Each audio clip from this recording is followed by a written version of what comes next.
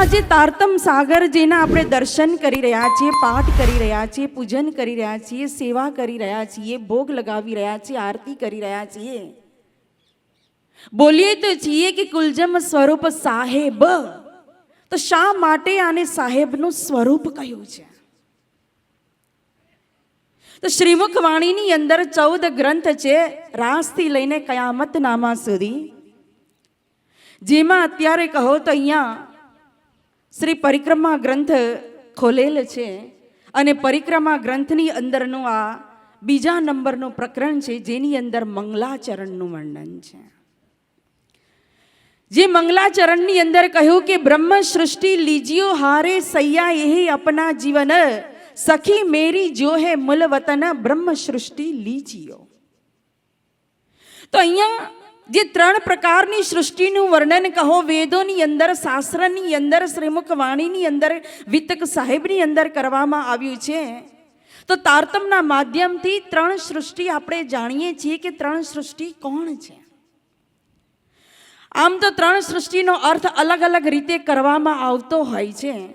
કોઈ કહે છે તમોગુણી, રજોગુણી અને સતગુણી 3 પ્રકારની સૃષ્ટિ. તો કોઈ કહે છે આમ ખાસ અને ખાસલ ખાસ 3 પ્રકારની સૃષ્ટિ. તો કોઈ કહે છે ઉત્તમ, મધ્યમ અને કનિષ્ઠ 3 પ્રકારની સૃષ્ટિ. અને તારતમ કહે છે બ્રહ્મ સૃષ્ટિ, ઈશ્વરી સૃષ્ટિ અને જીવ સૃષ્ટિ. તો અહીંયા જીવ સૃષ્ટિને સંબોધન નથી કર્યું કે નથી ઈશ્વરી સૃષ્ટિનું સંબોધન કરવામાં આવ્યું અને સીધું ડાયરેક્ટ કહ્યું કે બ્રહ્મ સૃષ્ટિ લીજ્યો હારે સૈયા યે અપના જીવન. હવે વિચાર કરો કે આપણો જીવન શું હોઈ શકે? જીવન આપણે ગમે તેને કહી ન શકીએ. કોઈને પણ આપણે કહો તો ગમે તેને પ્રાણનાથ આપણે કહી ન શકીએ. વ્રજની અંદર પણ ગોપીઓએ પ્રાણનાથ કીધું હતું. જીવના જીવનજી કહ્યું હતું તો કોને કહ્યું હતું? સ્વયં શ્રી કૃષ્ણને. જ્યારે શ્રી કૃષ્ણ અંતર ધ્યાન થાય છે તે સમયે ઠકરાણીજી જ્યારે શ્યામા મહારાણી વિરહની અંદર હોય છે અને ગોપીઓ આવીને પૂછે છે શ્યામાજીને કે શ્યામ ક્યાં છે? ત્યારે શ્યામાજીના મુખમાંથી નીકળે છે કે મારો જીવ જીવનજી લઈ ગયો. તો જીવનજી જે છે, ગોપીઓના જીવનજી સ્વયં શ્રી કૃષ્ણ હતા. એમના પ્રાણ કહો તો સ્વયં શ્રી કૃષ્ણ છે. આપણે હમણાં જ વંદનાની અંદર પણ સાંભળ્યું કે પ્રથમ લાગુ દૌ ચરણ કો ધની એ ન છોડાયો છીન, લાંક તણી લાલ એડિયા મેરે જીવ કે યહી જીવન. તો અહીંયા જીવનજી કોને કયું? કયા ચરણ કમલની વંદના કરી રહ્યા છીએ? આ ઠકરાણીજીના શૃંગારનું મંગલાચરણની ચોપાઈ છે કે પ્રથમ લાગુ દૌ ચરણ કો. તો શ્યામાજીના બંને ચરણ કમલને રૂ પ્રણામ કરતા કહે છે કે આ ચરણ કમલ મારા જીવના જીવનજી છે. અહીંયા જ્યારે પરિક્રમા ગ્રંથની અંદર પ્રથમ પ્રકરણ ઈશ્કનું પ્રકરણ રાખી દીધું અને તે ઈશ્કના પ્રકરણની અંદર પરમધામની અંદરનો આપણો કોલ ફેલ હાલ કેવો છે? અબ કહું રે ઈશક કી બાત, ઈશક શબ્દાતીત સાક્ષાત, જો કદી મીને આવે શબ્દ તો 14 તબક કરે રદ્દ કહ્યું. કે પરમધામની અંદર રૂનું ખાવું પણ ઈશ્ક છે, પીવું પણ ઈશ્ક છે, ચાલવું પણ ઈશ્ક છે, ઉઠવું પણ ઈશ્ક છે, બેસવું પણ ઈશ્કમય છે. એની હર રહેની કરની કહો કોલ ફેલ હાલ બધું જ ઈશ્કમય છે. અને એ પરમધામ જે પ્રેમની ભૂમિકા છે, પ્રેમનો અખાડો છે, તે રસાલય કહો ધામ. અને તેનું વર્ણન જ્યારે પરિક્રમા ગ્રંથની અંદર કરવા જઈ રહ્યા છે તો સૌથી પહેલા એક છોટું નાનું એવું પ્રકરણ રાખી દીધું ઈશ્કનું. અને તે ઈશ્કની વાત ત્યાં બતાવી અને સીધું અહીંયા સેકન્ડ પ્રકરણની અંદર કહે છે, બીજા પ્રકરણની અંદર કહે છે કે બ્રહ્મ સૃષ્ટિ લીજ્યો હારે સૈયા એ અપના જીવના. કારણ કે મંગલાચરણ, આ મંગલાચરણ જે છે, કારણ કે વિભિન્ન જગ્યાએ મંગલાચરણ આવે છે અને મંગલાચરણનો ભાવ હર જગ્યાએ અલગ અલગ છે. અહીંયા જ્યારે આ પરિક્રમા ગ્રંથની અંદર આ મંગલાચરણ રાખવામાં આવ્યું તો અહીંયા ભાવ બતાવવામાં આવ્યો કે લા મકાન શૂન્ય નિર્ગુણ છોડ ફન્ના નિરંજન શર અક્ષર કો છોડ કે યે તાકો મંગલાચરણ. ક્યાંનું મંગલાચરણ છે? લા મકાન શૂન્ય નિર્ગુણ. આ જે નારાયણી સૃષ્ટિ, આ જગત કહો, સંસાર કહો, વિરાટ કહો, દુનિયા કહો, 14 લોક બ્રહ્માંડ કહો, સર પુરુષનો જેટલો પણ એરિયો છે, સ્થૂલ સૂક્ષ્મ કારણ મહાકારણ, એને પાર કરીને જે બેહદની ભૂમિકા જે છે, અવ્યાકૃત બ્રહ્મ કહો, સબલિક બ્રહ્મ કહો, કેવલ બ્રહ્મ કહો, સત સ્વરૂપ બ્રહ્મ કહો, અને એનાથી પણ પરે અક્ષરધામથી પણ પાર જે અક્ષરાતીત પરમધામ, અને ઈ પરમધામ જે ધામ તલાબ કુંજવન જોએ, માનિક નેર બનકી સોએ, પશ્ચિમી ચોગાન બળવન કહીએ, પુખરાજી જમનાજી લઈએ, 8 સાગર 8 જીમી કે એ 25 પક્ષરી ધામ દની કે. આ જે 25 પક્ષ જે પરમધામના જે છે તે પરમધામનું વર્ણન અહીંયા પરિક્રમા ગ્રંથની અંદર કરી રહ્યા છે. તો પરિક્રમા ગ્રંથની અંદરનો આ જે પરમધામ 25 પક્ષ, માનેક પહાડ, પુખરાજ પહાડ કહો, જમનાજી કહો, બનકી નેર કહો, 8 સાગર કહો, કુંજવન કહો, હોજ કોસર તલાવ કહો, રંગ મહલ કહો, તા શું છે? બ્રહ્મ સૃષ્ટિ લીજીઓ. આ નિજ ઘર છે રૂહનું, અને એ નિજ ઘરની અંદર હક જાતની જેટલી પણ હક સિફાત છે ને, ત્યાંની જેટલી પણ પરમધામની જે ન્યામત છે ને, એ સારી ન્યામત એના વારસદાર કોણ છે? જેમ પ્રકૃતિ અહીંયા કોઈ પક્ષપાત કરતો નથી. જ્યારે સૂર્ય ઉગે તો બધાને એક છત પ્રકાશ આપે છે, ચાહે નાનો હોય, ચાહે મોટો હોય, ચાહે અમીર હોય, ચાહે ગરીબ હોય, ચાહે ગામમાં રહેતા હોય, ચાહે શહેરમાં રહેતા હોય. જ્યારે વરસાદ પડે તો પ્રકૃતિ એક છત બધાને કહો તો વરસાદ આપે છે. જો પ્રકૃતિ પક્ષપાત ન કરતી હોય તો પુરુષ અને પ્રકૃતિ પણ પરે પરમાત્મા, અને ઈ અદ્વૈત બ્રહ્મ, પૂર્ણ બ્રહ્મ પરમાત્મા, ઈ કોઈની સાથે પક્ષપાત કેવી રીતે કરી શકે? એટલે ત્રણેય સૃષ્ટિને કહો, બ્રહ્મ, ઈશ્વરી અને જીવ, ત્રણેયની વચ્ચે અદ્વૈતનો પરમધામનો ખજાનો, આ 25 પક્ષ, ત્યાંની શોભા, શિંગાર, વર્ણન, સ્વરૂપના વસ્ત્ર, ભૂષણ, ચરણ કમલ, એક એક અહીંયા ખજાનો લૂંટાવ્યો સંસારની અંદર. પરંતુ લેશે કોણ? અસલી વારસદાર કોણ? એટલે સૌથી પહેલા, કારણ કે કિરંતન ગ્રંથ છે ને, કિરંતન એટલે શું? જ્યારે આપણે ગૌરી બોલીએ ને કે કર કિરંતન, કિરંતનને હસ્તકમલ કહ્યું રાજજી મહારાજના. ને હસ્તકમલ દ્વારા આપણે શું કરીએ? કોઈ પણ વસ્તુ આપણે આપવી હોય તો આપણે હાથનો પ્રયોગ કરીએ છીએ. કોઈ પણ વસ્તુને પકડવી હોય તો આપણે હાથનો પ્રયોગ કરીએ છીએ. કોઈ પણ વસ્તુને આપણે લેવી હોય તો હાથનો પ્રયોગ કરીએ છીએ. તો લેવાનું, દેવાનું, પકડવાનું કામ કરે છે આ હાથ. તો અહીંયા રાજજી મહારાજના કર કમલ કહ્યા કિરંતન ગ્રંથને, અને કિરંતન ગ્રંથ એટલે સર્વદેશી ચર્ચા. અને કિરંતન ગ્રંથની અંદર એક અદ્વૈત પૂર્ણ બ્રહ્મ પરમાત્માની પહેચાન કરાવી. એટલે કે જીવને આત્મભાવ, જીવભાવ તો છોડી દો, જીવને જીવભાવ પણ છોડીને, આત્મભાવ પણ છોડીને પરાત્મની અંદર પ્રવેશ કરાવી. ખિલવત અહીંયા પરિક્રમા ગ્રંથની અંદર પ્રવેશ કરાવે. તો જ્યારે અહીંયા પરિક્રમા ગ્રંથની અંદર આવ્યા તો જીવનું બધું જ છૂટી ગયું, અને આત્માનો ખજાનો અહીંયા પરમધામની ન્યામત અહીંયા 25 પક્ષને પકડાવ્યા, અને એને લેવા માટે તારતમ કહે છે. અહીંયા સંસારની અંદર તો ઘણું ધન, અહીંયાનું લૌકિક ધન જે છે ને, સોના કહો, ચાંદી કહો, હીરા કહો, મોતી કહો, એના પૈસા કહો, ઘણું બધું આપણે લીધું, લૂંટ્યું, જમા કર્યું, ભેગું કર્યું, આપણી પાસે છે.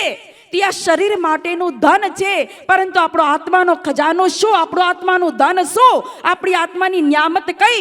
તો તે પરમધામની ન્યામત, અને ન્યામતને લેવા માટે કહે છે કે બ્રહ્મ સૃષ્ટિ લીજ્યો, આરે સૈયા એ અપના જીવન. અને એ પરમધામ 25 પક્ષની અંદર પણ જે મૂળ સેન્ટર જે કહે ને, મધ્યની અંદર જે નિજ ઘર, નિજ દરબાર, જે રંગ મલ, જે નવ ભૌમ 10મી ચાંદની અંદર શોભાયમાન. અહીંયા મેં આજે સવારે દર્શન કર્યા. બહુ સુંદર શોભા પરમધામની બનાવી છે ને, એક નાની એવી શોભા, પણ એની અંદર એટલું બધું કહો છુપાયેલું છે, એટલો આનંદ છે, એટલો ઇશ્ક છે. અને એ પૂરા રંગમલના દર્શન કરાવે છે, પરમધામના દર્શન કરાવે છે. આ બાજુ ત્રીજી ભૌમની પડસાલની અંદરનું કહો નીલા પીલા મંદિરના દર્શન હતા ત્યાં. જે નીલા પીલા મંદિરની અંદર તીસરી ભૌમની અંદર કહો તો જ્યાં રાજ્ય અને શ્યામાજી બપોરના શયન લીલા કરે છે. 12 થી 3 ને श्रृंगार करे दहलान में आरोग्य और मंदिर इतही दीदार नूर को दिन पोड़े पलंगा अंदर. 3 પહરની લીલા, એમાં ત્રીજા પહરની લીલા 12 થી 3 ની જે શયન લીલા છે એ નીલા પીલા મંદિરમાં થાય છે. પછી આસમાની રંગના મંદિરની શોભા હતી એટલી સુંદર, એમાં અંદર જઈને જોઈએ તો એટલી સુંદર સજાવટ અને શૃંગારની સાથે, જ્યાં શ્યામા મહારાણીનો શૃંગાર સ્વયં એમનો જૂથ જે છે, સખિયા જે છે, તે આસમાન રંગના મંદિરમાં શ્યામાજીનો શૃંગાર કરે છે ને. ત્યાંથી જ કહ્યું કે અરશ મિલાવા લે ચલી અપને સંગ શુભાન. પછી 5મી ભૌમના પણ દર્શન કરાવ્યા છે, જે રંગ પરવાલી મહલ, જ્યાં રાત્રે જે રાજી સતચિદ આનંદ સચ્ચિદાનંદ સ્વરૂપ એક અદ્વૈત બ્રહ્મ, અને એ અદ્વૈત બ્રહ્મન કહો સ્વયં રાજજી મહારાજ કેવી લીલા પરમધામની અંદર કરે છે, એ સખીઓને પણ ખબર ન હતી કે રાત્રિના સમયમાં એક નહીં અનંત સ્વરૂપ વિલાસના કહો તો રાજજી મહારાજ ધારણ કરી અને દરેક રૂહને આનંદ આપે છે. પશુ પક્ષી હોય કે ખુફખસાલિયા હોય કે હરેક રૂહ કહો, દરેકની પાસે એક સ્વરૂપમાં રાજજી મહારાજ પહોંચે છે. તે સ્વરૂપ ક્યાંથી ધારણ કરે છે? 5મી ભૌમ રંગ પરવાલી મહલ, અને જ્યાં રાત્રિના સમયમાં શયન લીલા કરે છે, એના પણ અહીંયા દર્શન છે.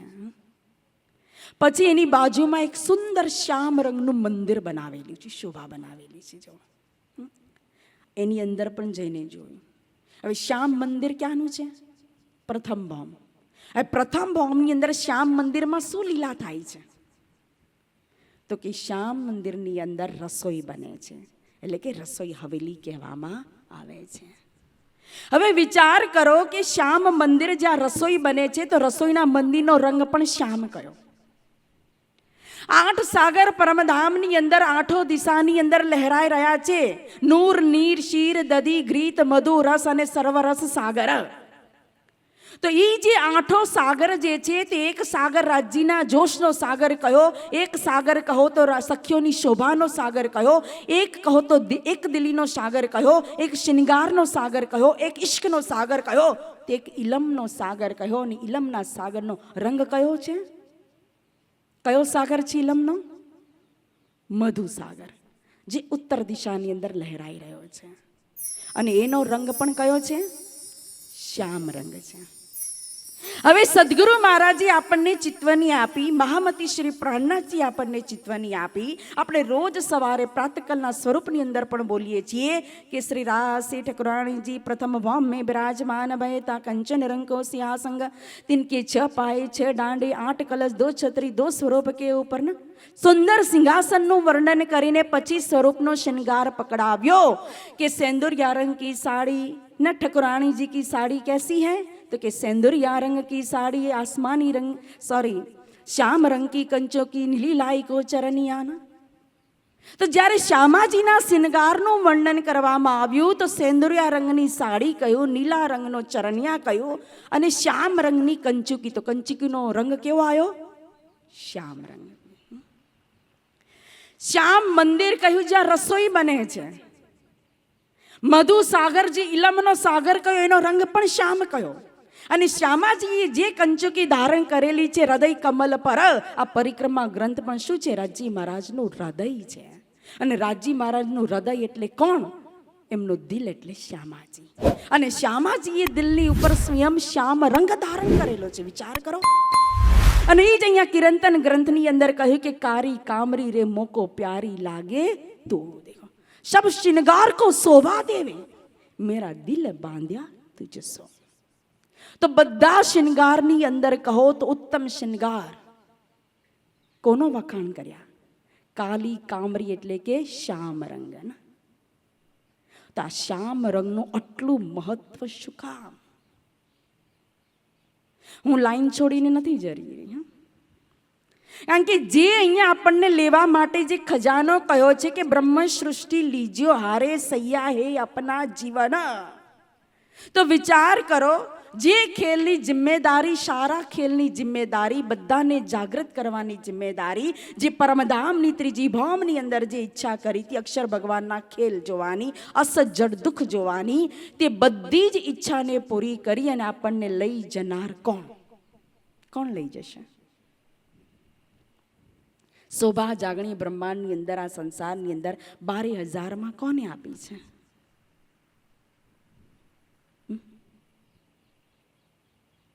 અને આ ઇલમ પ્રગટ થયો તો ક્યાંથી પ્રગટ થયો? આ ઇલમ મધુસાગર જ છે ને. એક બુંદ આયા હક દિલ સે. વિચાર કરો, હક રાજી મહારાજના દિલમાંથી જે ઇલમનો સાગર, જે અનંત અનંત અનંત ત્યાં તો સાગર છે, એ મધ્યનો એક સાગર ને ઈ એક સાગર મધ્યની કહો તો એક બુંદ, અને ઈ એક બુંદનો પણ વિસ્તાર 18,000 વાણી છે. શેના માટે? વ્રજ રાસ પછી જાગણીની અંદર જ તારતમને શું કામ પ્રગટ કર્યું? વ્રજમાં તારતમ હતું, વાણી હતી, તો ક્યાં? રાજ્યના દિલની અંદર જ હતી, બહાર પ્રગટ નહોતું. પરંતુ અહીંયા જાગણી બ્રહ્માંડની અંદર કહ્યું કે હવે જાગી જવો મારા સાથીજી, એ છે આપણી જો. ત્રણ લીલા ચોથી ઘરે તણી, ચારે નો યામે ભો. ત્રણ લીલા ચોથી ઘર તણી, ચારેય નો યામે ભોગ કયો? તો કઈ ત્રણ લીલા? ચોથી તો ઘરની, આ પરમધામની કઈ દીધી? વ્રજ રાસ પરમધામની ત્રણ લીલા પછી ચોથી કઈ? હવે જાગી જુઓ મારા સાથજી, એ છે આપણ જો. આ જાગણી બ્રહ્માંડની અંદર આ યોગ્ય અવસર આપણને મળ્યો છે. જે અવસર વ્રજની અંદર નહોતો મળ્યો, જે અવસર રાસની અંદર નહોતો મળ્યો, ત્યાં ચોથા, પાંચમા અને છઠ્ઠા દિવસની લીલા આ જાગણી લીલાની અંદર, જાગણી રાસની અંદર આપણને મળેલો છે. એક વ્રજની લીલા, બીજી રાસની લીલા, તો ત્રીજી લીલા કહો જે જાગણીનો પ્રથમ પાઠ એટલે જાગણીનું વ્રજ, અને જાગણીનું વ્રજ એટલે સદગુરુ મહારાજની લીલા, અને સદગુરુ મહારાજની લીલા પછી ચોથી પરમધામની. અને આ ચારેય લીલાનો કહો આનંદ ક્યાં? તો આ જાગણી રાસની અંદર આપણે લઈ શકીએ છીએ. અને એટલા માટે જ જ્યારે આ જાગણી રાસની અંદર, જ્યારે આ તારતમ અને તારતમના દ્વારા આ જે લક્ષ્ય બતાવ્યું મંગલાચરણે કે લાહ મકાન શૂન્ય નિર્ગુણ છોડ ફન્ના નિરંજન શર અક્ષર કો છોડ કે ये તાકો મંગલાચરણ, ઈ લક્ષ્ય, અને ઈ લક્ષ્યની અંદર જે સ્વરૂપ, કારણ કે આની પછીની જે ચોપાઈ છે ને, મને સમય કહી દેજો મારા,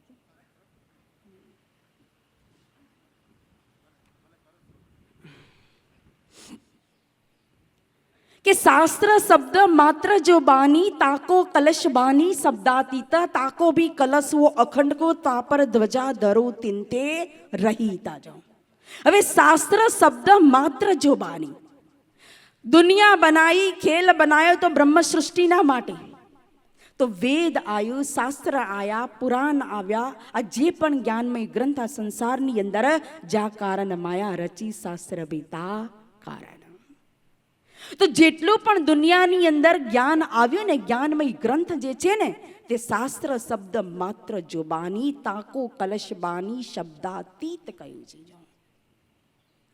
वेद पुराण शास्त्र सब उपजे पीछे, भारत पर्व 18 दास न मिटी तेन व्यास की पीछे, उद्यो भागवत सार कयो.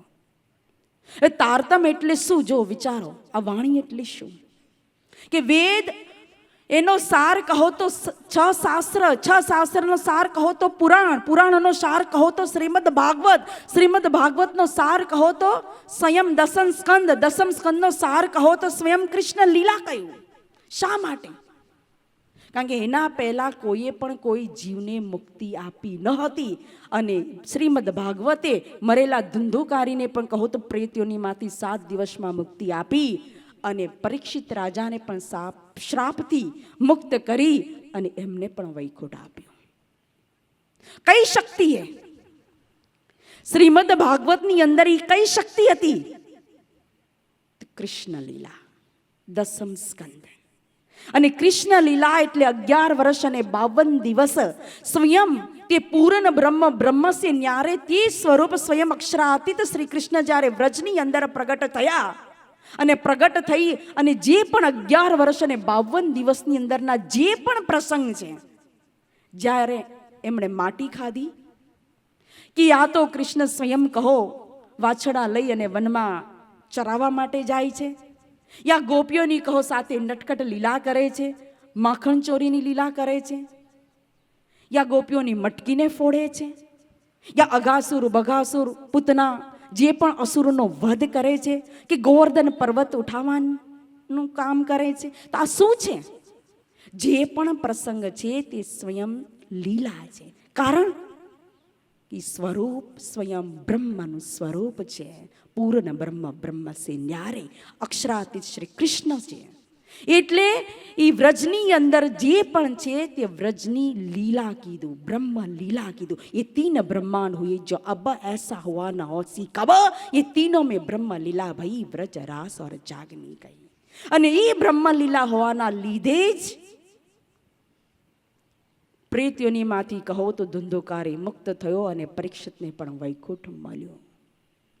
કૃષ્ણ જ સ્વયં બાંસુરી વગાડી અને બ્રહ્મ સૃષ્ટિઓને કહો તો યા કાલમાયાના બ્રહ્માંડથી પરી યોગમાયાના બ્રહ્માંડની અંદર લઈ ગયા અને ત્યાં યોગમાયાના બ્રહ્માંડની અંદર લઈ જઈ અને લાંબી રાત્રિ, એટલી લાંબી કે કહ્યું કે મૃત્યુ લોક ઓર સ્વર્ગ બ્રહ્મા ઓર નારાયણ ના આ ચારેય રાત્રિનો જેની અંદર સમાવેશ થઈ જાય એટલી લાંબી રાત્રિ.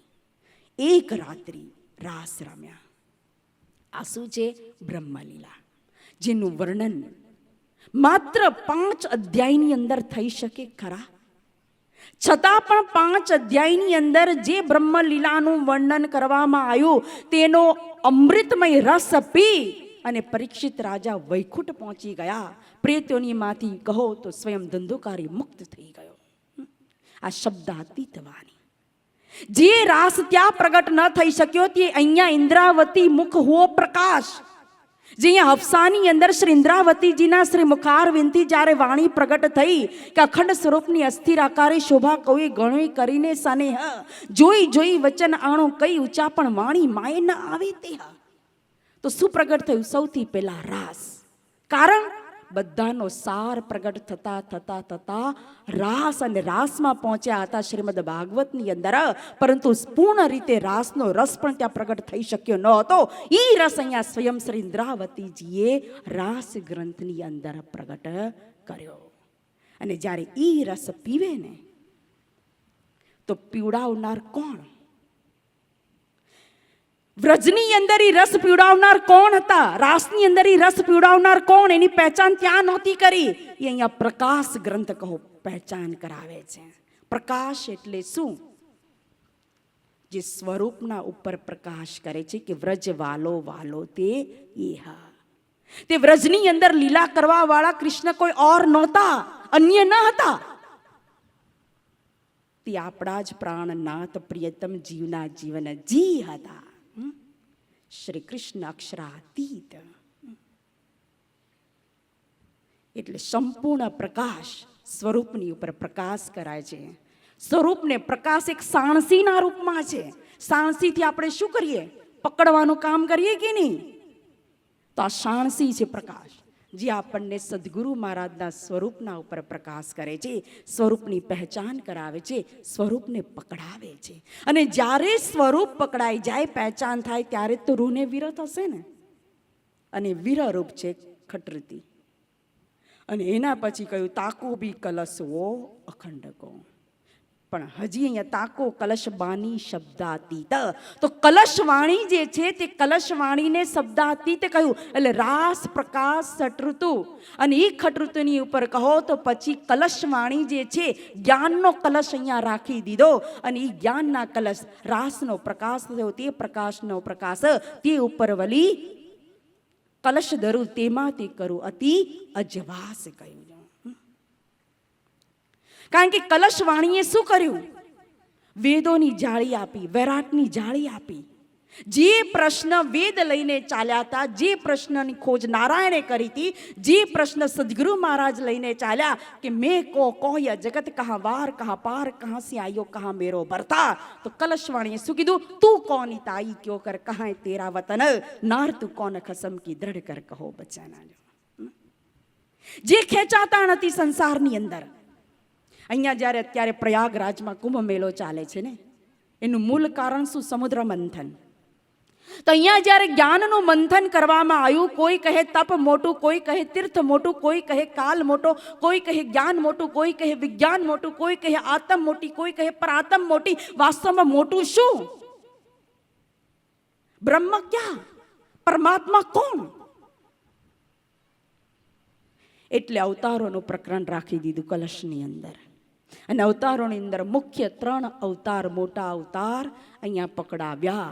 22, 23 અને 24 ને વ્રજના શ્રી કૃષ્ણને અને બંને સ્વરૂપ અહીંયા બુદ્ધ કલ્કી અવતાર. એટલે કલશવાણી થઈ શબ્દાતીત વાણી. હવે તાકો બી કલશવો અખંડકો કહી દીધું. વિચાર કરો. હવે જ્યારે કોઈ બિલ્ડિંગ બનાવવાનું હોય ને તો સૌથી પહેલાં શું આપણે સવારે જોયું ને કે નવતનપુરી ધામ બની રહ્યું છે. તો પહેલાં શું? ભૂમિપૂજન વખતે કેટલો મોટો ખાડો, એક પાયો મજબૂત હોય તો ઉપરનું સ્ટ્રક્ચર મજબૂત બને ને. તો અહીંયા બેઝ, એક પાયો, એના ઉપર બિલ્ડિંગ ઊભું કરવાનું છે. સનંદ અને કહો ખુલાસા, કિરંતન, આ શું છે? એક બિલ્ડિંગ, જે બેજ, એક સનંદ ખુલાસા, એક સાક્ષીના રૂપમાં છે. અને એના ઉપર આ અખંડનો કલશ, આ ખિલવત પરિક્રમા સાગર અને શૃંગાર ગ્રંથ છે. એ અખંડ પરમધામની વાણી છે. આ ખિલવત જે ઇશ્ક રબ્દ બતાવે છે, ખિલવત 3 પ્રકારની મેને બતાવે છે, ખિલવત કોલ ફેલ હાલ બતાવે છે. અને પરિક્રમા એટલે પરમધામનું, પહાડોનું, મહોલોનું, મંદિરનું, થંભ, ગલિયા, નહેરે, ચેબચ્ચે એક એક શોભાનું વર્ણન. સાગરની અંદર સ્વરૂપના કહો વસ્ત્ર ભૂષણનું, શૃંગારનું વર્ણન. અને શૃંગાર ગ્રંથની અંદર સ્વયં સ્વરૂપ સુંદર સંકુલ સકમલ, ચરણ કમલ, હસ્ત કમલ, મુખારવિંદ, નેત્ર કમલ, શ્રવણંગ, નાસિકા, એક એક અંગ શૃંગારનું વર્ણન. તો આ છે તાકો બી કલશવો અખંડકો. તાપર ધ્વજા ધરું તીર્થે રહિતા. હવે એના ઉપર ધજારૂપ શું આવી ગયું? સિંધી ગ્રંથની આગળ કહો તો સિંધી સુધી તો અખંડનો કલશ થઈ ગયો. કારણ કે સિંધી એટલે પ્રેમની વાતો છે. આપણે તો અહીંયા સંસારની અંદર સ્વાર્થી બની શકીએ કે મને મળ્યું તો હું બીજાને કેમ આપું, હું જાગી તો એને કેમ જગાવું. પરંતુ અહીંયા ઇન્દ્રાવતીજી કે 12,000 જાગે તો હું જાગી. મને દર્શન થયા એવા 12,000 ને દર્શન થાય. એમને દર્શન આપો, એમના માટે કર કરે છે, એમના માટે પ્રાર્થના કરે છે. એ ઈશ્કનો ઝઘડો કોર્ટમાં ખેંચીને લઈ પણ પ્રેમથી પોતાની મર્યાદા છોડી નથી ઇન્દ્રાવતીજીએ. અને મારફત અને કયામતનામાં જે ધ્વજારૂપ કહ્યું એટલે મારફત એટલે પહેચાન. તો અહીંયા વાણી સાર પકડાવતા પકડાવતા જો ને, વાની મેરે પ્યોકી નારી જો સંસાર એટલે જ કહ્યું છે. કારણ કે વેદ પુરાણ શાસ્ત્રનો સાર, ભાગવતનો સાર, દસમ સ્કંદનો સાર, કૃષ્ણ લીલા અને એનો રસ ક્યાં ઉમડ્યો? સ્વયં અહીંયા તારતમ સાગરની અંદર. તો આ પહેચાન કરાવી, બ્રહ્મના સ્વરૂપની પહેચાન કરાવી, શ્રી રાજજી મહારાજની પહેચાન કરાવી. અને જ્યારે પહેચાન થશે આત્મ જાગૃતિ, એ તો છે કયામત. કયામત કોઈ મોત નથી, કયામત મર્યા પછીની નથી, કયામત તો જીવતા છે. તો અખંડનો ખજાનો આપણને આપ્યો. આ તારતમ રૂપી ધન કહો તો રાજી મહારાજે આપણને રૂહોને આ સંસારની અંદર પરમધામની આ અનમોલ ન્યામત આ તારતમ વાણી શ્રીમુખ વાણી આપણને આપી. જે ખજાના જેનું વર્ણન શબ્દાતીત છે, શબ્દોની અંદર કહો તો થઈ શકે નહીં, કારણ કે આ સ્વયં શું છે? સાહેબનું જ સ્વરૂપ કહ્યું છે. કુલ જમ્મા જ્ઞાનનો સાર, અને એ સારની અંદર સ્વયં કહો તો આવીને સતચિદ આનંદ. સત યાની કે અક્ષર ભગવાનની બુદ્ધિ, અને આનંદ કહો તો આનંદ અંગ શ્યામાજી, અને ચિદ ઘન સ્વયં શ્રી રાજજી મહારાજ. તો સ્વયં સતચિદ આનંદ ત્રણેયનો સમાવેશ આની અંદર થઈ ગયો. એટલે જ આ સચ્ચિદાનંદ સ્વરૂપ રાજજી મહારાજનું સ્વયં કહો, ઠકુરાણીજીનું સ્વયં સ્વરૂપ, સાક્ષાત યુગલ સ્વરૂપ, જેમ કંચન રંગના સિંહાસન પર જેમ બિરાજમાન છે ને, એ જ સ્વરૂપ કહો તો સ્વયં આ શ્રી મુખવાણીની અંદર પોતાની શક્તિની સાથે બિરાજમાન છે. તેથી જ આપણે મંદિરમાં પધરાવી અને સેવા પણ માત્ર નહીં, પૂજા પણ માત્ર નહીં, સેવા પૂજા કરીએ છીએ, અર્ચના કરીએ છીએ, વંદના કરીએ છીએ, ભોગ લગાવીએ છીએ, આરતી કરીએ છીએ, પ્રણામ કરીએ છીએ ને.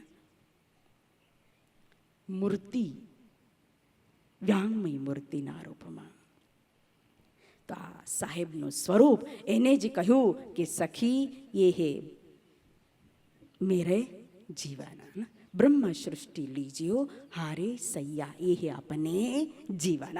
તો રાજજી મહારાજ અને ઠકુરાણીજી તેમના ચરણ કમલ જે છે તે આપણા જીવના જીવન જે છે એને લેવા માટે કહ્યું છે.